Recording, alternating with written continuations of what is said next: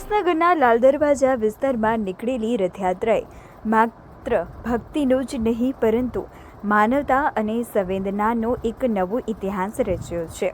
લાલ દરવાજા ખાતે ગુલજાર પાન હાઉસના નાકે જે દ્રશ્યો સર્જાયા તેણે સમગ્ર પંથકમાં હિન્દુ મુસ્લિમ એકતાને એક એવી મિસાલ કાયમ કરી છે જે વર્ષો સુધી યાદ રાખવામાં આવશે. જ્યારે ગુલજાર પાન હાઉસ બની ગયું આસ્થાનું કેન્દ્ર.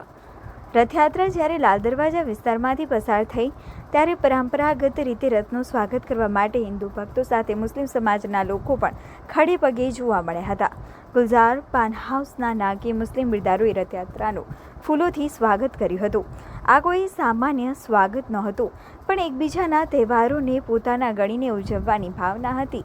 જ્યારે મુસ્લિમ મિત્રોએ રથયાત્રાનું સ્માનભર્યું સ્વાગત કર્યું ત્યારે ત્યાં હાજર હજારો શ્રદ્ધાળુઓના ચહેરા પર સ્મિત અને આંખોમાં એકતાના આંસુ જોવા મળ્યા હતા.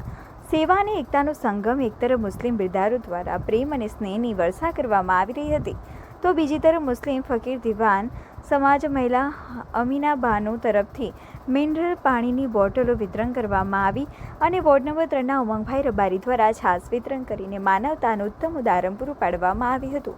રથયાત્રામાં હજારોની જનમેદની ઉમટી પડી હતી. તેવા સમયે જ્ઞાતિ જાતિના ભેદભાવ ભૂલીને સૌ કોઈ એકબીજાને મદદરૂપ થતા જોવા મળ્યા હતા.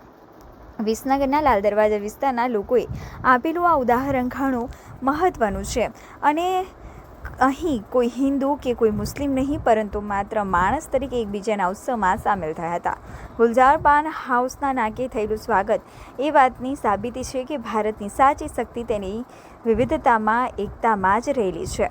રથયાત્રાનો રથ તો રસ્તા પરથી પસાર થયો પરંતુ તે પોતાની સાથે પ્રેમ, ભાઈચારો અને એકતાના એવા બીજા વાવતો ગયો જે આવનારા સમયમાં વિસનગરની શાંતિ અને સમૃદ્ધિની ઓળખ બની રહેશે.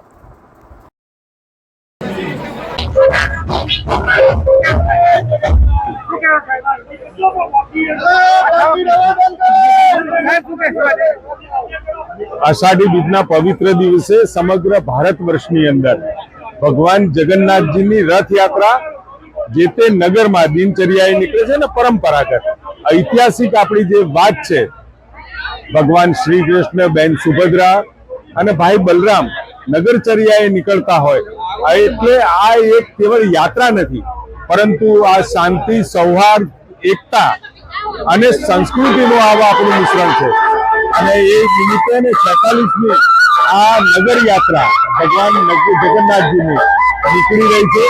બધા જ વિસનગરવાસીઓ, ગુજરાતીઓને અને કચ્છી માળુઓ, કચ્છી ભાઈઓને પણ નવા વર્ષની ખૂબ ખૂબ શુભકામનાઓ.